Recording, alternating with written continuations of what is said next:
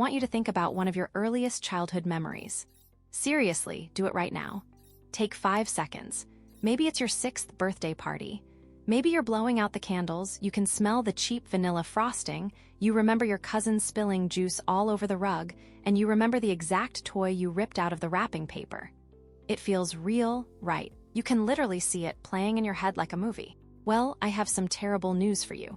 You are absolutely cooked. Because there is a very high, mathematically terrifying probability that your memory never happened. No cap, your brain is gaslighting you. It is quite literally lying to your face. You think your memory is a high-definition hard drive caught in 4K? It's not. It's a Wikipedia page that anyone, including random people you meet, the media, and your own brain on a Tuesday at 3 a.m. can edit. And today, I'm going to prove to you that your entire past is basically fanfiction. Hey, welcome back to MindSpark, the place where curiosity comes alive. Let me ask you something. Have you ever wondered what would happen if things suddenly changed instantly? Stick with me, because the answer is way more shocking than you think.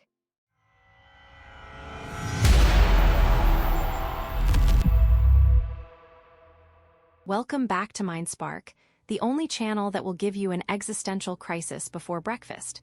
If you're new here, hit that subscribe button, because today we are diving into the most unhinged glitch in human biology, false memory syndrome. Look, we all know human memory isn't perfect. You forget where you put your keys, you forget your passwords, you completely blank on the name of that one guy you've worked with for 3 years. Total NPC behavior. That's normal. But that's just asterisk forgetting asterisk. What we are talking about today is asterisk fabricating asterisk. I'm going to show you how top-tier neuroscientists and psychologists have literally proven that they can plant fake events into your head. I'm talking about memories of crimes you didn't commit, traumas you never experienced, and impossible childhood events. And the craziest part, once these fake memories are locked in, your brain cannot tell the difference between what's real and what's fake. Your brain will literally defend the lie. We're gonna talk about the OG memory hacker who proved eyewitness testimony is basically useless. We're gonna talk about mass global gaslighting, yeah. The Mandela Effect has actual neuroscience behind it. And finally, we are going to look at the terrifying modern experiments where scientists are literally using lasers to remote control memories in real time. Grab a snack, question everything you've ever known, and let's get into it. To understand how your memories can be completely fake, we have to destroy the biggest myth about the human brain. Most people think memory works like an iPhone camera roll. You experience an event, you hit record, it saves as an MP4, and when you want to remember it, you just hit play. If that were true, memory would be a win. But the reality is completely unhinged. When you experience something, your brain doesn't store it in one single file. It takes the memory and basically shatters it into a million little pieces. The visual of the room goes to the visual cortex. The smell of the pizza goes to the olfactory bulb. The emotions you felt get locked in the amygdala. The MVP organizing all this is your hippocampus. When you want to remember something, your brain doesn't just play a video. It has to reassemble a massive jigsaw puzzle from scratch, in real time, every single time you think about it. And here is where the glitch happens. Here is where your brain loses its aura. It's a process called memory reconsolidation. In neurobiology, reconsolidation means that every single time you recall a memory, you are pulling it out of the vault and making it unstable. It becomes squishy, malleable. And whatever your current emotional state is, whatever new information you've learned since the event, gets mixed into the wet cement of that memory. Then, when you stop thinking about it, your brain puts the memory back into the vault, but it puts back the updated version. Think about what that actually means. Every time you tell a story about your past, you are rewriting the code of that memory. If you tell a story about a crazy party enough times, and every time you tell it you exaggerate just a little bit to sound cool and get that win-riz. Eventually, your brain deletes the original boring memory and permanently saves the exaggerated version as absolute truth. You are quite literally gaslighting yourself. And if you think you can mess up your own memories, wait until you see what trained professionals can do to you. Let's talk about the woman who caught human memory in 4K and proved the justice system was tweaking. Enter Dr. Elizabeth Loftus. She is a cognitive psychologist, and honestly, she is the absolute final boss of memory research. Back in the 1990s, the psychological world was obsessed with repressed memories. People were going to therapy and suddenly remembering wild, traumatic events from their childhood that they had completely forgotten. Loftus was sitting there like, hold up. Are these memories actually real?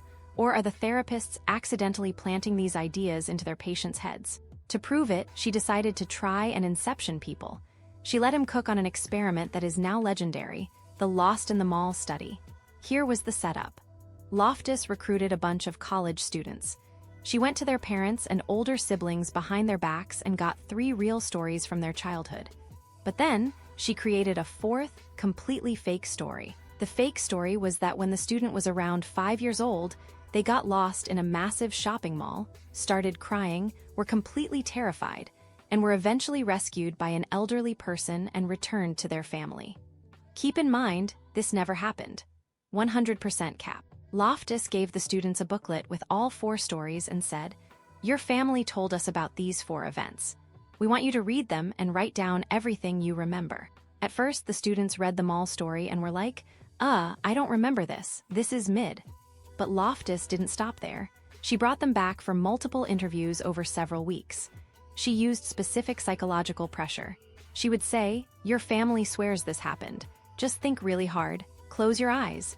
Can you picture them all?" By the 3rd interview, 25% of the students, 1 in 4 people, didn't just agree that it happened. They built an entire cinematic universe around it. They started providing highly specific, vivid details that Loftus never gave them. They would say things like, "Oh yeah, I remember. The old man who found me was wearing a blue flannel shirt. I remember holding his hand and he smelled like cigars. I was crying so hard my chest hurt." One guy even said, "I remember my mom was wearing her favorite red coat and she was so mad at me." Bro, the memory was completely fabricated. But to their brains, the neurological signature of the fake memory was indistinguishable from a real one.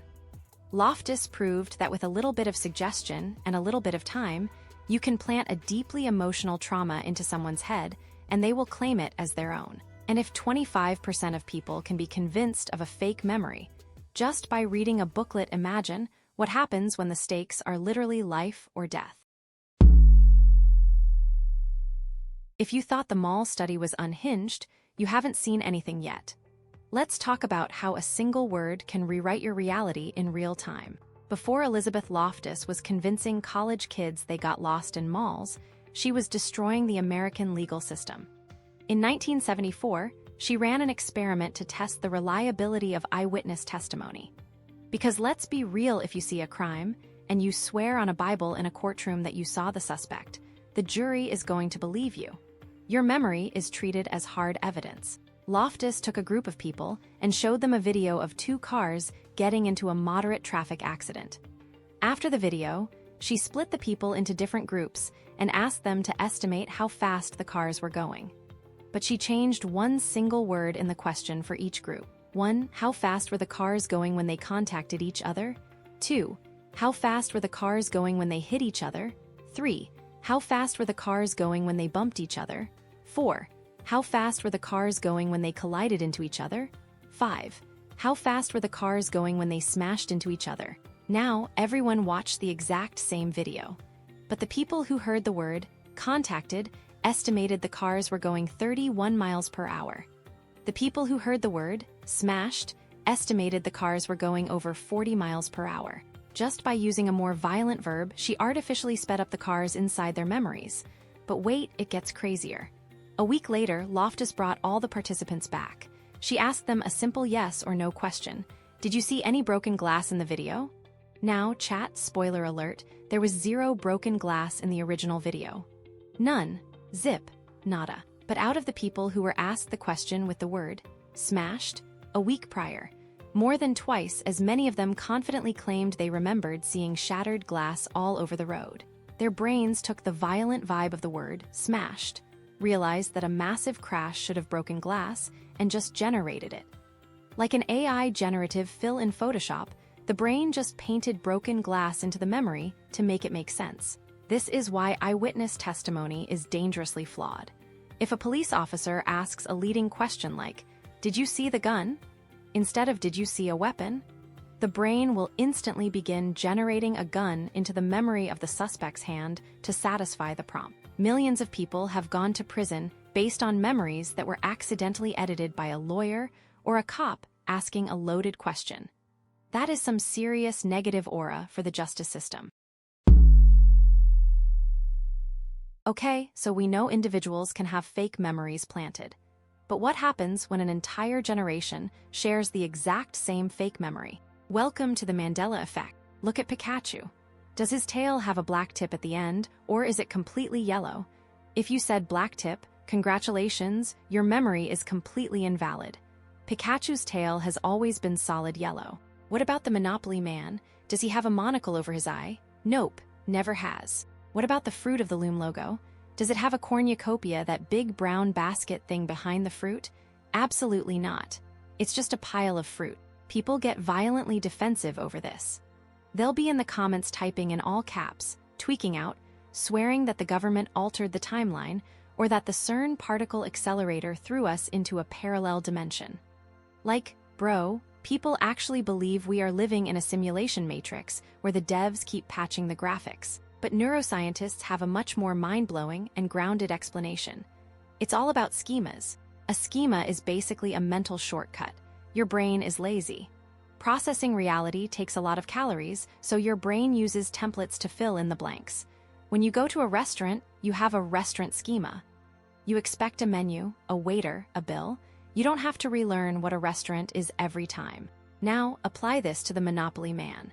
When you think of a 1920s billionaire capitalist wearing a top hat and carrying bags of cash, your brain's schema for rich old cartoon guy automatically includes a monocle. So, when you pull the memory out of the vault, your brain uses autocomplete and slaps a monocle on his face. Same with Fruit of the Loom. When we see a pile of harvest fruit, our brains access the Thanksgiving harvest schema, which almost always includes a cornucopia. We don't actually remember seeing it on our underwear tags. Our brains just culturally generated it because it fits the aesthetic. The Mandela Effect isn't proof of parallel universes. It's proof that human brains are all wired with the exact same predictable software bugs. We all hallucinate the exact same lies because we all share the same cultural schemas. It is mass psychological contagion, and honestly, that is way scarier than a multiverse. All right, we've talked about psychology. We've talked about social programming. But what if I told you that we now have the technology to physically remote control memories using lasers? I'm not talking about science fiction. I'm talking about a study from MIT that sounds highly illegal but is 100% real.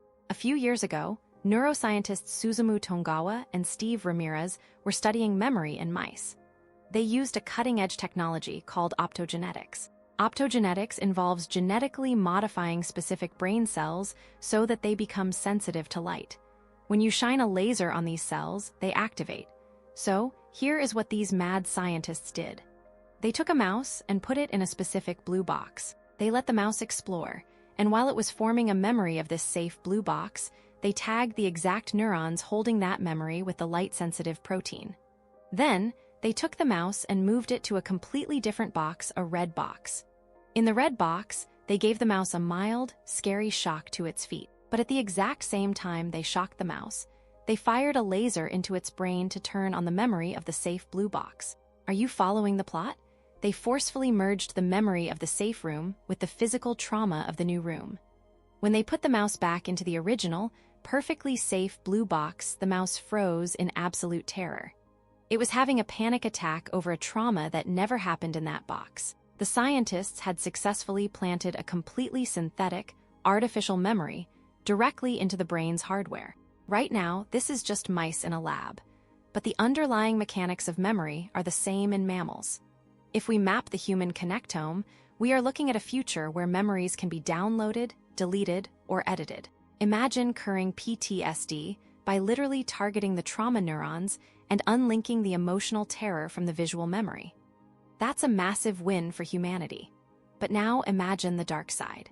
Imagine a world where authoritarian governments or corporations could subtly alter your memories of political events or make you nostalgic for a product you never bought. We are entering an era where the mind is hackable, where your internal reality can be deepfaked. If a memory can be written with a laser, how do you prove who you really are? Look, I know I just dropped a massive existential bomb on your head. Your brain is a liar, your childhood is probably heavily edited, your Monopoly man is a fraud, and MIT has laser beams that can alter reality. But honestly, I think it's beautiful. The fact that our memory isn't a rigid, unchangeable hard drive means that we are adaptable. We can grow, we can reframe our pasts, and we can heal from trauma because our brains are constantly rewriting the script. It's a feature, not a bug. But I want to hear from you. What is your biggest Mandela effect? Are you a Berenstain Bears truther? Do you swear Pikachu had a black tail? Drop your most unhinged false memory in the comments below. Let's see how many of us are living in the same alternate timeline. If this video blew your mind, you know what to do. Smash that like button, subscribe to MindSpark, and hit the bell so you don't miss our next deep dive into the absolute madness of the universe. Until next time, keep questioning your reality, because someone has to. If this video made you think even for a second, hit the like button. It really helps the channel. Subscribe to MindSpark for more mind-blowing ideas, and tell me in the comments what topic we should explore next. Until next time, keep your mind curious,